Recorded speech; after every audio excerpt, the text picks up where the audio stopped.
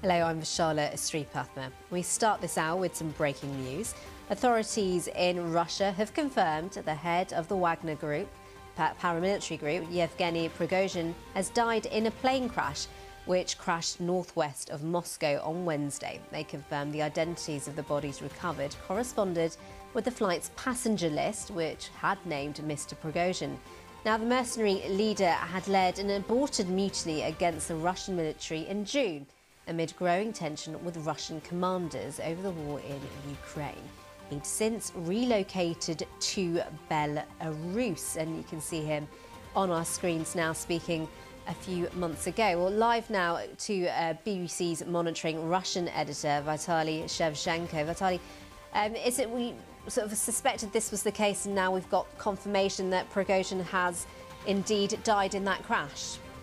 Yes, this short announcement by Russia's official investigations committee came as no surprise to anyone. Yevgeny Prigozhin and his right-hand man, Dmitry Utkin, as well as a couple of other key commanders from the Wagner mercenary group, they were presumed dead following the air crash 4 days ago. Now, the big question is, what caused Yevgeny Prigozhin's plane to crash? And even though the investigations committee said on Friday that it was looking at every possible version of what happened, few independent observers would trust that government agency to come up with the full and complete truth of what happened, because it is completely controlled by the Kremlin, and as we know,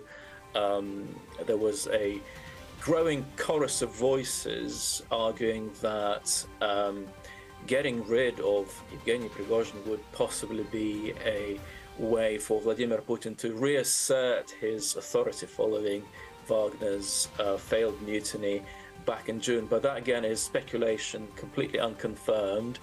And as I say, the Russian Investigations Committee is hardly an independent investigative agency to look into it. And Vitaly, we've heard from President Putin in the last couple of days about him asking mercenaries to pledge their allegiance to Russia.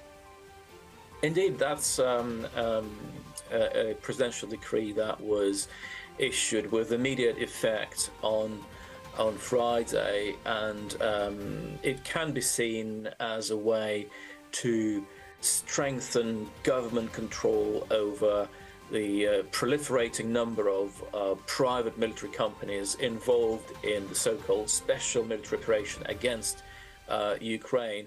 But it remains to be seen whether the move will be anything more than a symbolic gesture where new recruits will be made to kneel before the Russian flag and swear allegiance to the Russian Federation and the Russian Constitution. As things stand at the moment, it's difficult to see it as a bulletproof way of making sure that whoever signs up to join the fight against Ukraine stays loyal to Russia's official top brass, as it were. But it's clearly a concern in the Kremlin that all these private groups, even though we know now that Wagner was funded by the state, but it's still a concern that these groups can have more loyalty to their commanders rather than the Russian Defense Ministry. Indeed. And Vitaly, how is this playing out in Russia? How are people reacting to this plane crash?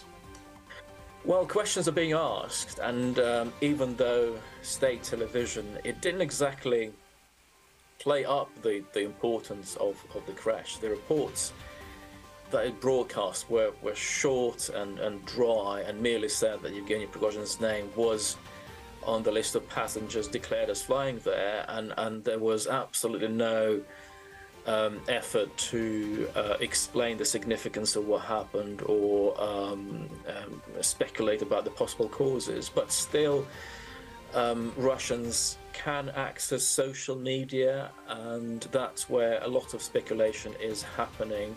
For example, social media accounts linked to Wagner.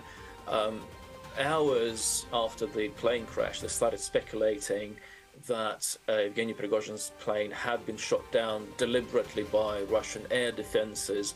They stopped short of pointing the finger of blame at the Kremlin directly, but that's one popular theory circulating among commentators on Russian social media.